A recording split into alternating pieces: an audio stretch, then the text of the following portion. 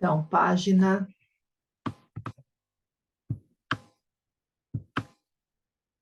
13. Começamos no parágrafo. Sabendo-se precisamente nesse sentido que a atividade representativa tem caráter de imagens. Trata-se de indagar de que essa atividade é imagem. A esse respeito, naturalmente, nenhuma ciência exterior dá informação. Só pode dá-la uma ciência de orientação antroposófica. Representar mentalmente é a imagem de todas as vivências que tivemos antes do nascimento ou até antes da concepção. Os senhores não chegarão ao conceito real da atividade representativa, a não ser que estejam conscientes de terem passado por uma existência pré-natal e pré-concepcional. E assim como as imagens habituais do espelho surgem como reflexos espaciais, a existência entre a morte e o novo nascimento reflete-se na vida atual. E esta reflexão é o representar mentalmente. Os senhores devem, pois, imaginar, de maneira figurada, sua vida se estendendo entre duas linhas horizontais delimitadas à direita e à esquerda pela morte e o novo nascimento. Aí tem esse desenho que eu vou fazer como ela fez e pôr no grupo lá para vocês olharem. Fotografar é uma boa.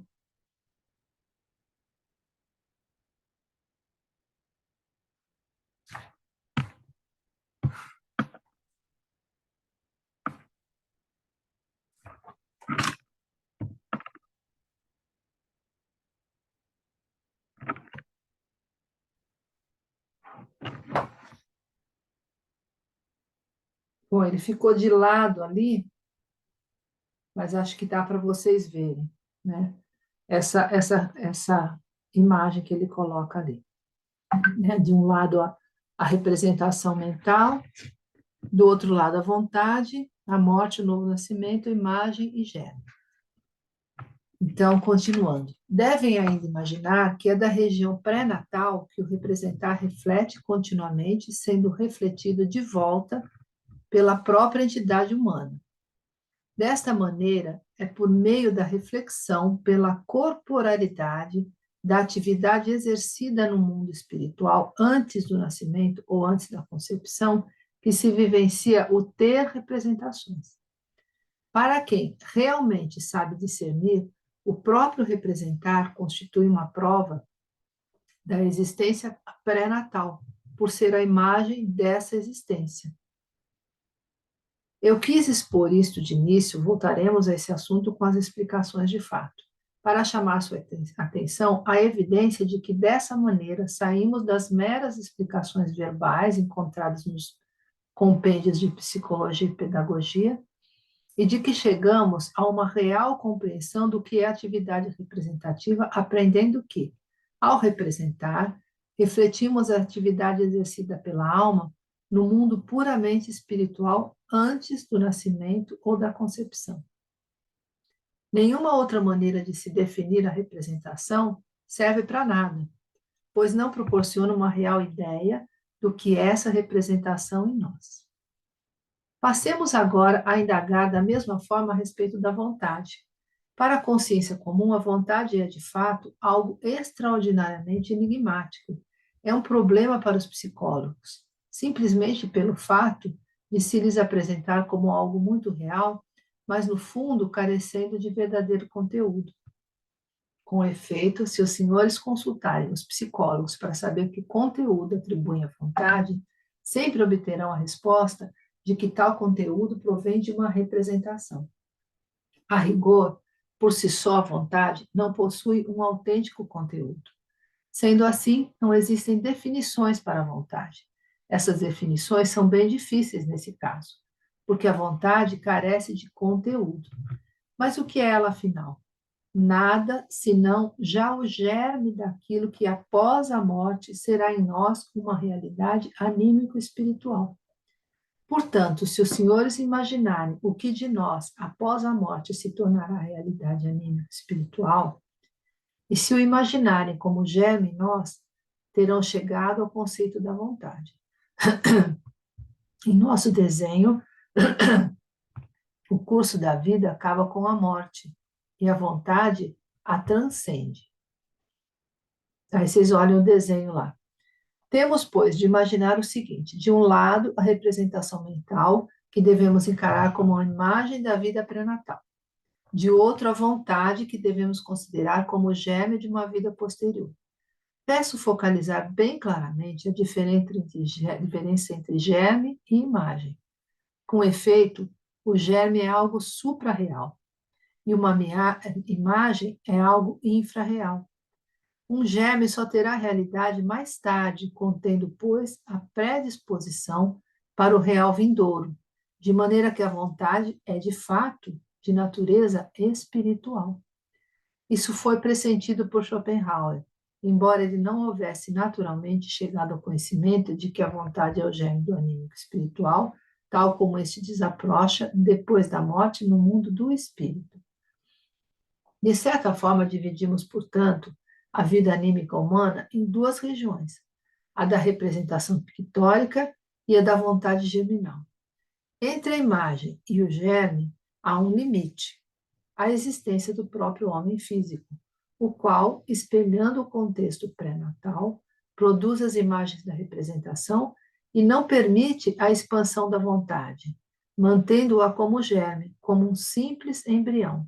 Por meio de que forças devemos perguntar? Por meio de que forças devemos perguntar, ocorre isso, afinal? Devemos ter consciência de que no ser humano devem existir certas forças que provocam a reflexão da realidade pré-natal e a conservação em estado germinal da realidade pós-morte. E aqui chegamos aos mais importantes conceitos psicológicos dos fatos que constituem o espelhamento daquilo que os senhores já conhecem do livro Teosofia, Antipatia e Simpatia. Por não mais podermos permanecer no mundo espiritual, somos transferidos para o mundo físico. Transportados a este último, desenvolvemos antipatia contra tudo que é espiritual, de modo que refletimos a realidade espiritual pré-natal numa antipatia que nos é inconsciente. Trazemos em nós a força dessa antipatia e, por seu intermédio, transformamos o elemento pré-natal em mera imagem de representação. E com isso, aquilo que, como realidade volitiva, irradia da vida após a morte para a nossa existência, nós nos ligamos em simpatia. De nenhuma delas, simpatia e antipatia, temos diretamente consciência, mas ambas vivem inconscientemente em nós e constituem o nosso sentir, que continuamente se compõe de um ritmo, de uma alternância entre simpatia e antipatia. Bom, aí eu fui procurar no livro, no Teosofia, aqui,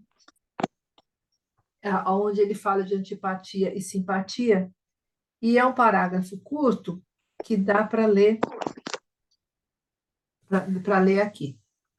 Então, está escrito assim, é um capítulo que chama A Natureza do Homem. Eu vou até fazer o seguinte, deixa eu compartilhar aqui um pouco, para depois eu compartilhar e vou aumentar a minha tela, para vocês verem. Olha, eu convidei a Cecília, tá, Valquíria? Ela está chegando aí, Cecília. Ah, tá. Eu fiz Bem-vinda, a Cecília. Bem-vinda, Júlia, que eu nem vi chegar. Olha, aqui é esse capítulo aqui, A Natureza do Homem, de Teosofia. Então, ele lê assim: as seguintes palavras de Goethe caracterizam admiravelmente um dos caminhos pelos quais se pode vir a conhecer a natureza do homem. Então, aqui as palavras do Goethe. Então, logo o homem se apercebe dos objetos em seu derredor, considera-os com relação a si mesmo. E com razão, vou ler de novo, começar. Então, logo o homem se apercebe dos objetos em seu derredor, considera-os com relação a si mesmo, e com razão, pois todo o seu destino depende da alternativa de que eles lhe agradem ou desagradem, atraiam-no ou aborreçam. sejam-lhe úteis ou prejudiciais. Este modo naturalíssimo de ver e julgar as coisas parece tão fácil quanto necessário. E, no entanto, nisso, o homem está exposto a 1000 enganos, que por vezes o envergonham e lhe amarguram a vida. Tarefa muito mais árdua empreendem aqueles cujo vivo impulso para o conhecimento dos seres da natureza leva a apreciá-los em si mesmos e em suas relações recíprocas. Pois logo dão por falta da norma que lhes vinha em auxílio quando, como homens, apreciavam as coisas com relação a si mesmos. Falta-lhes a norma do agrado e desagrado, da atração e repulsa, do proveito e dano. Eles têm de renunciar a essa norma e, como seres divinos, buscar e investigar o que é e não o que agrada. Assim, ao genuíno botânico não deve tocar nem a beleza, nem a utilidade das plantas, mas sua formação, sua correlação com o restante mundo vegetal. E da mesma forma como elas são atraídas e iluminadas pelo sol, ele deve contemplá-las e abrangê-las todas com um olhar sereno e imparcial, extraindo a norma para esse conhecimento, os dados para o julgamento, não de si mesmo, mas do âmbito das coisas que observa. Bom, isso foi o que eu encontrei, que ele cita, inclusive, né? Deixa eu compartilhar novamente o texto, porque quando ele se refere ao texto da teosofia, ele... Peraí, deixa eu diminuir isso aqui para encontrar. Ele dá a página, né, da teosofia, onde ele cita. Na verdade, não, ele não está aqui a página, não. Oh, tá, engraçado. Como é que eu fui achar? Como é que eu achei? Enfim, é isso que eu encontrei sobre simpatia e antipatia. Ali, no caso, o Goethe, ele fala de uma forma muito, como é que fala?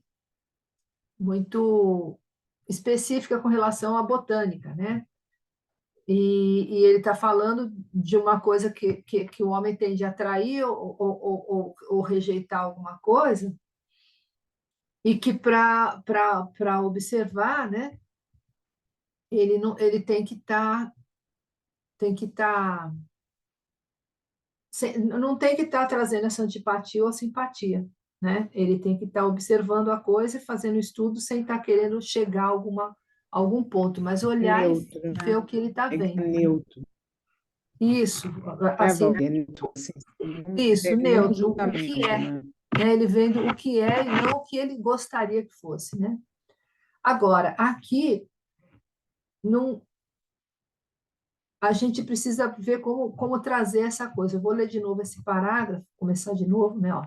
Devemos ter consciência de que no ser humano devem existir certas forças que provocam a reflexão da realidade pré-natal e a conservação em estado germinal da realidade pós-morte. E aqui chegamos aos mais importantes conceitos psicológicos dos fatos que constituem o espelhamento daquilo que os senhores já conhecem do livro Teosofia, antipatia e simpatia. Por não mais podemos permanecer no mundo espiritual, somos transferidos para o mundo físico. Transportados neste último, desenvolvemos antipatia contra tudo que é espiritual, de modo que refletimos a realidade espiritual pré-natal numa antipatia que nos é inconsciente. Trazemos em nós a força dessa antipatia e, por seu intermédio, transformamos o elemento pré-natal em mera imagem de representação. E com aquilo que, como realidade evolutiva, irradia da vida após a morte para a nossa existência, nós nos ligamos em simpatia. De nenhuma delas, simpatia e antipatia, temos diretamente consciência, mas ambas vivem inconscientemente em nós e constituem o nosso sentir, que continuamente se compõe de um ritmo, de uma alternância entre simpatia e antipatia. Desenvolvemos em nós a vida dos sentimentos, que é uma alternância contínua, sístole e diástole, entre simpatia e antipatia. Essa alternância está entre nós, A antipatia que tende para um lado transforma continuamente nossa vida anímica num agente de representações. A simpatia tendendo ao outro lado transforma-nos a vida anímica naquilo que conhecemos como nossa vontade ativa, na conservação embrionária da realidade espiritual pós-morte. Aqui os senhores chegam à real compreensão da vida anímica espiritual. Nós criamos o germe da vida anímica como um ritmo de simpatia e antipatia. Aí tem outro desenho.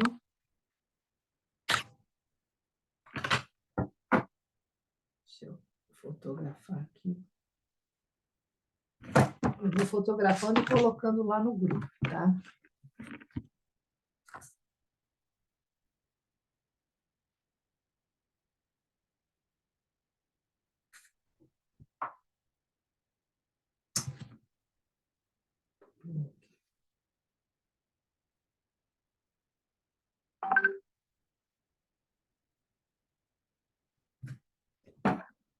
Então, aí ele acrescenta aí nesse desenho, né? A antipatia e a simpatia. E o sentir. Então, ora, o que refletimos na antipatia, refletimos toda a vida, todo o mundo que percorremos antes do nascimento, ou mais exatamente, antes da concepção.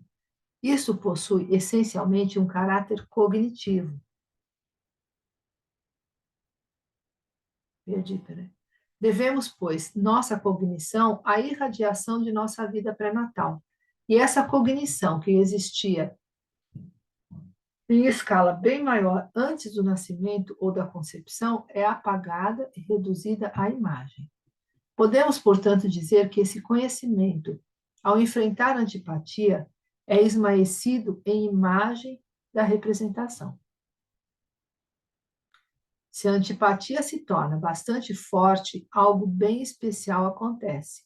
Com efeito, não poderíamos formar representações de nossa vida normal após o nascimento se não o fizéssemos ainda com a mesma força que nos restou da época pré-natal. Se hoje os amigos, como homens físicos, formam representações, não o fazem com uma força que lhes é inerente, mas com a força oriunda do tempo antes do nascimento e que ainda continua a atuar nos senhores. Talvez alguém imagine que ela haja cessado com a concepção, mas ela está sempre agindo, formando representações com essa força, que continua irradiando para dentro de nós. Temos em nós o elemento vivo do tempo pré-natal, só que possuímos a força de refleti-lo. Ela reside em nossa antipatia. Quando hoje formamos representações, a cada vez essa atividade enfrenta a antipatia. E se esta é bastante forte, surge a imagem da reminiscência, a memória. De forma que a memória nada é senão um produto da antipatia que vigora em nós. Eis a relação entre o elemento meramente sentimental da antipatia, que reflete de maneira ainda indeterminada, e a reflexão determinada, ou seja, a reflexão da atividade perceptiva, agora exercitada ainda imaginativamente na memória.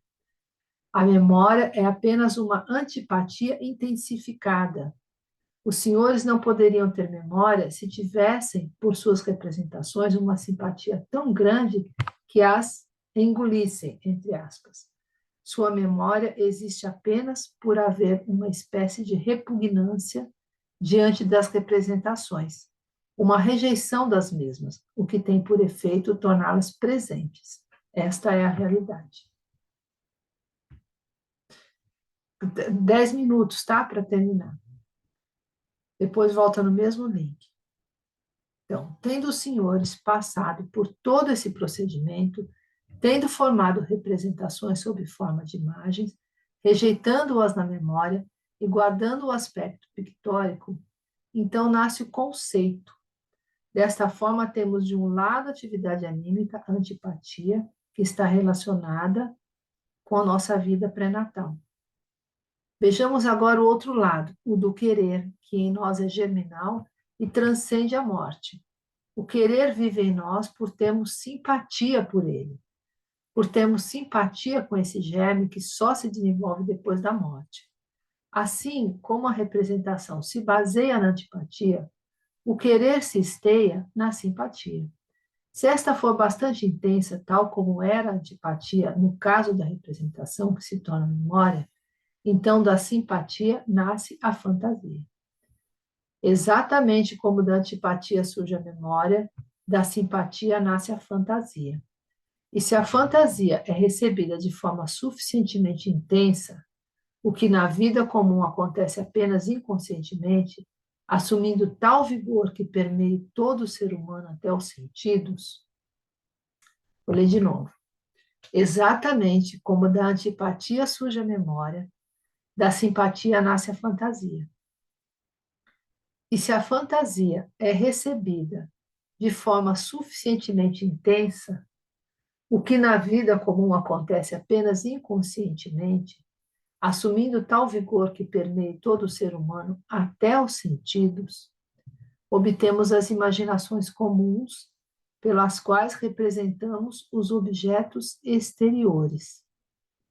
Assim como o conceito nasce da memória, da fantasia nasce a imaginação, que fornece as visualizações sensórias. Isso emana da vontade.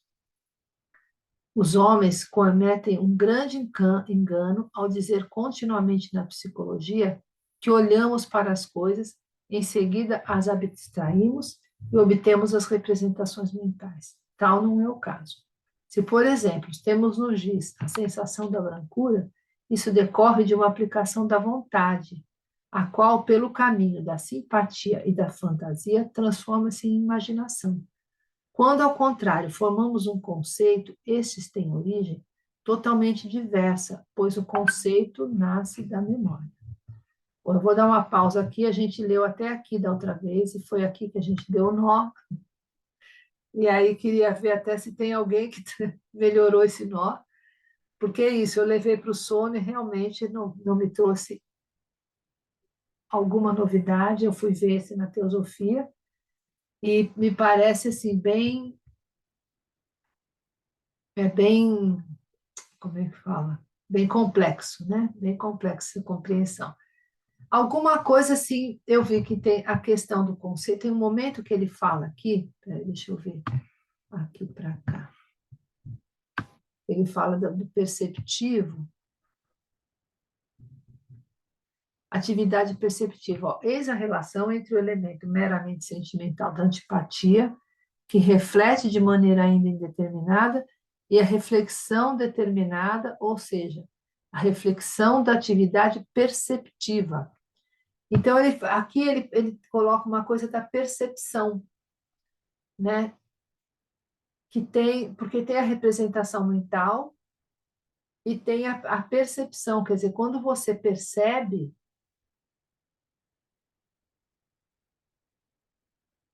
agora exercitada ainda imaginativamente na memória.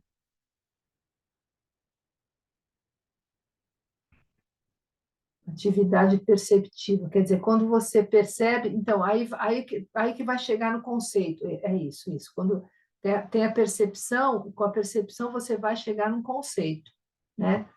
Que depois lá tem, aqui, ó, então, todos os senhores passaram por todo esse procedimento, tendo formado as representações sob forma de imagens, rejeitando-as na memória e guardando o aspecto pictórico, então nasce o conceito.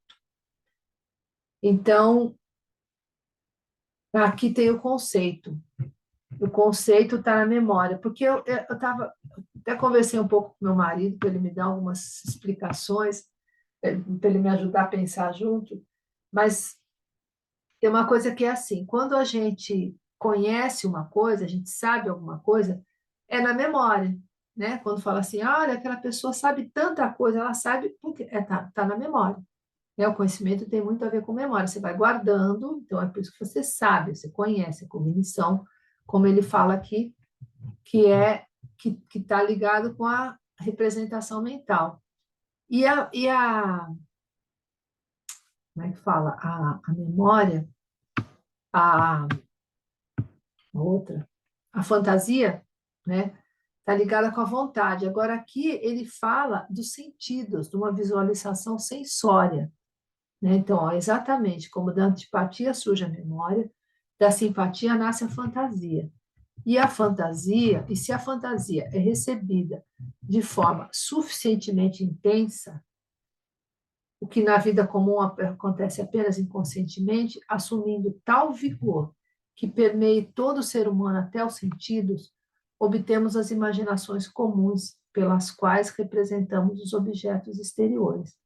Assim como o conceito nasce da memória, da fantasia nasce a imaginação, que fornece as visualizações sensórias. Isso emana da vontade. Eu acho que eu entendi um pouco, assim, no sentido de que essa coisa da fantasia, embora seja inconsciente, vai até o sentido, no sentido que você chega a imaginar, você chega a ver, né? Você utiliza uma vontade para você ver alguma coisa. Então, isso tem a ver com você. Então, por exemplo, eu falo uma árvore. Eu falo para vocês uma árvore e vocês veem uma árvore, né? Quando eu falo árvore, isso é uma coisa que está na imaginação da gente, né? Quando eu falo uma árvore, um pensamento, mas você vê. Então, eu entendi dessa maneira, que você tem uma vontade que você faz, um esforço de vontade que você faz, que você visualiza, né? Sensoriamente, uma coisa quando você imagina. Não sei se isso melhorou alguma coisa. É porque está no caso, quando você fala da árvore, não sei se foi isso que eu entendi, é como se a memória te traz a memória e você lembra, no caso, porque você tem isso na sua memória, e que é uma coisa anterior, não é?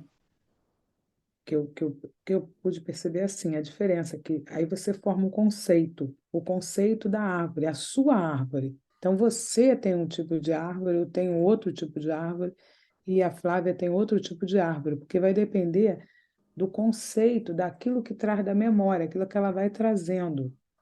E assim, pode ser. Por isso que eu acho que ao você olhar, observar, você tem que ir sem julgamento, porque para você não trazer esse conceito, não sei se eu estou sendo claro, porque senão forma um conceito, você tem que perceber, e acho que o que assim, eu coloquei aqui também, que o conceito é que nasce a memória, né? E a simpatia nasce a fantasia. Então, e a fantasia é que vem a imaginação. Então, essa linha está toda para o querer. E a linha no caso, eu acho que é uma coisa mais de dor, né? A memória, porque traz o conceito, que vem uma coisa Pensar, né? lá Ela está no atrás. pensar. Porque, na verdade, se você É, for ver, aí ele está falando de pensar, sentir e querer, né? É isso que ele está trazendo nessas imagens que ele coloca ali. e esse pensar aí, essa antipatia, que ele quer dizer, é uma coisa que traz lá, que nasce lá atrás, que é na origem, que está aí. No conceito nasce a memória. E isso está ligado à antipatia, não é? Isso, isso. A E já a simpatia está ligado à fantasia, que está ligado à imaginação, que é o imaginação. querer.